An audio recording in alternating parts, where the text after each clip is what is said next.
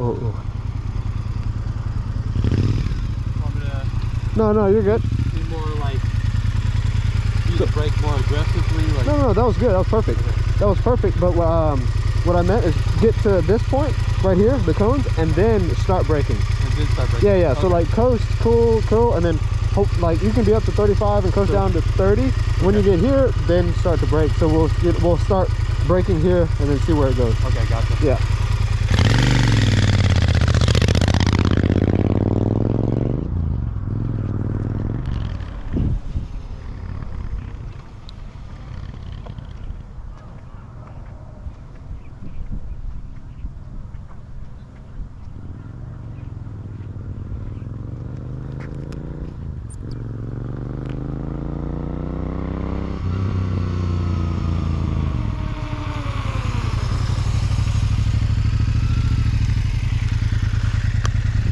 Cool. So do the same thing coming back.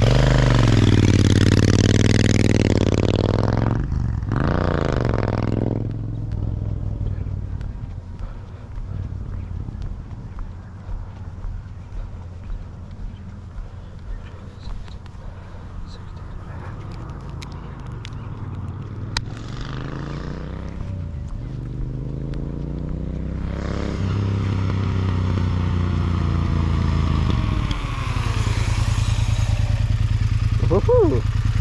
That's good. Cool, same thing.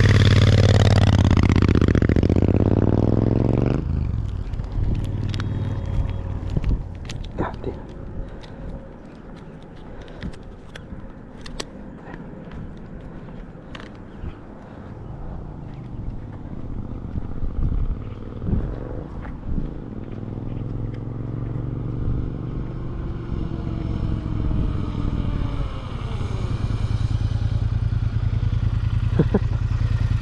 Cool. Same thing on the way back. Yeah.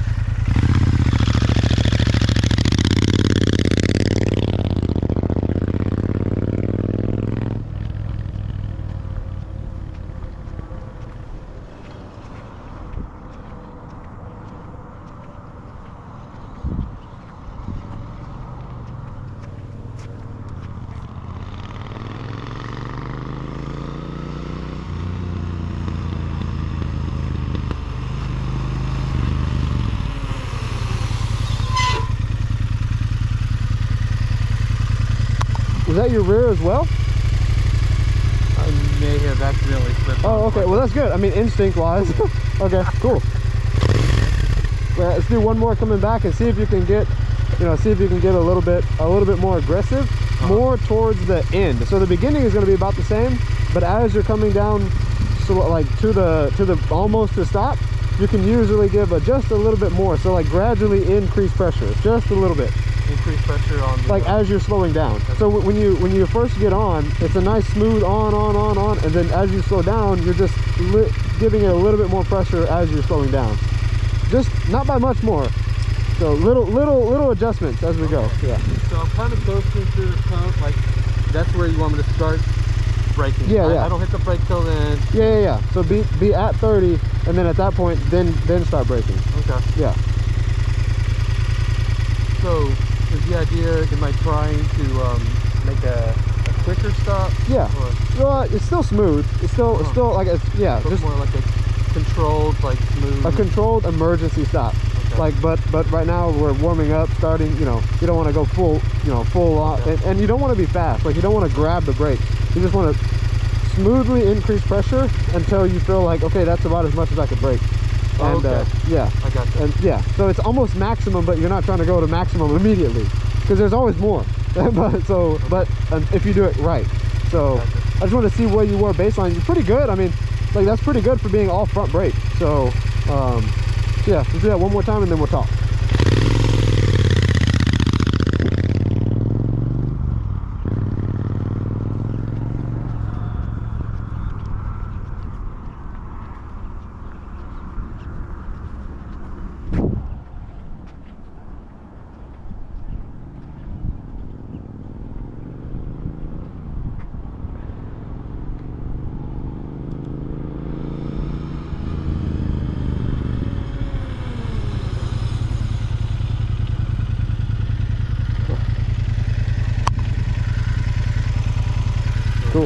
more. You can kill it. All right. So how'd that feel? I mean, have you ever used the front brake? Like, do you use it like that often, or? No. Like I say, I mean, I try to keep it controlled, like, or balanced. Back and front, and I do a lot of downshifting. First gear usually gets me down to.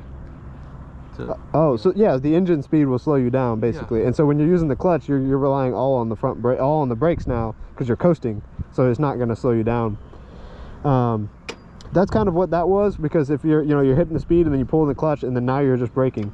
That's the most controlled way to do it, because if you're relying on the engine to slow you down, say you're cruising around in 4th or 5th gear and then something pulls out in front of you, what's going to happen is you're going to have to pull in the clutch and then get on the brakes, both simultaneously. So you're not going to have time to downshift, let go of the clutch and then get on the brakes. Totally. So that's what this drill is like, kind of practicing, but it's also showing you like what it's going to be like. Most of your power is in your front, and so you'll see on the video is that when you're coming down to brake, all of the weight is transferred on the front, and then you stop, and then the forks uncompress and it kind of bounces back up. So that is just because all of that weight is trying to transfer really hard that way, which is a good thing. So you probably I don't think you've ever used the front brake that much, right? Like that hard. No, So, yeah, you try not to. The front has more braking power than the rear. Like you probably have 60 to 70% on this bike in the front than in the rear. And I can tell you've been using the rear more because, like, it's worn more than the front. So what we're gonna do is basically just practice on using the front more. Like on sport bikes are a little bit different, but sport bikes I could ride without a rear brake and I wouldn't even notice a difference. Like, it's because the front does all the power. It's all the real power. You can use the rear, and the rear will just lock up and you'll still keep sliding, but if you use the front, like you can't, you'll stop. As long as you use it correctly. Now I think the biggest limiting factor is, one, a little bit of skill, but two, that front end is like, it's diving way too much. It's just the way it's going to dive like that. You can press a little bit harder, but you've only got a little bit more. So what I want to do is I actually want to use it and see if I can do better than that, because that would give me a good view of what is this bike capable of, and are you pushing it to that point. You might be pushing it all the way to that point. Place one wherever I am, and I just want to see. So you did pretty good at, like, coming in at 30. Were you a little bit above or a little bit below, like 29? Oh, I was right on it. Right on it. Okay. Yeah.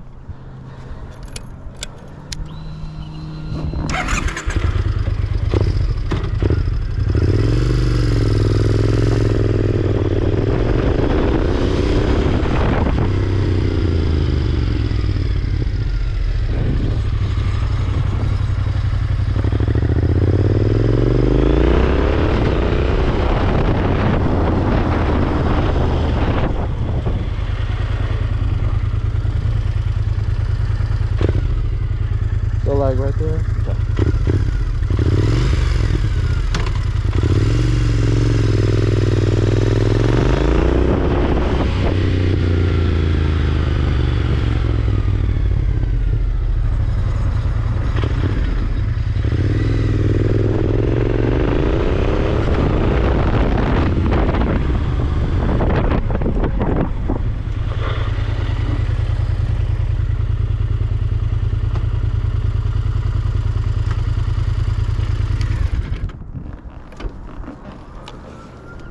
So that one was better on my end, and I actually locked up the front. You saw that, right? You heard it? Yeah. So that's the difference where you could be, and that is at 30 miles an hour.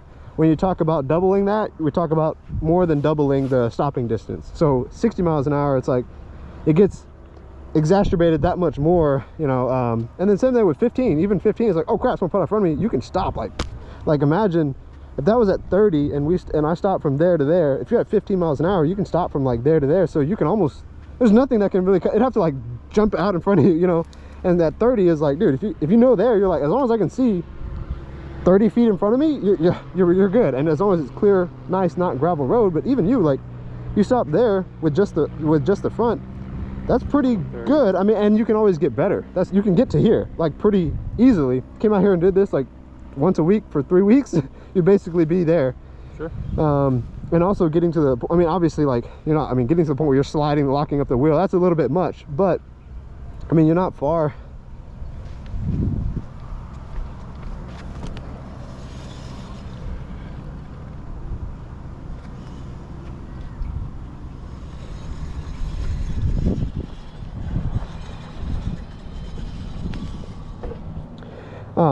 You're not far from it, so that's an interesting one. I think I was going like 35 when I was going this way, and downhill is a little bit more. I wonder if I'd have, huh, that's interesting. Yeah, those are like further a lot quicker here on this side than, yeah, huh, that's cool. But each time you went, you got better. And the idea with training is to, every time you go out, your best run that you do, can you do that whenever someone pulls out in front of you and you just left your apartment or you just left your work, and it's like, well, now I gotta be 100% on the first try. And that's the idea, is like me jumping on you jumping on like a somebody else's bike for the first time and being able to still confidently control it. And the same thing with your bike, like tires are warm at their temperature, you know, there's a lot of little things. When you get new tires, it'll have more grip, so I would be able to stop a little bit faster. But I'm like, man, that front end is just, it's just diving. it does. But with that being said,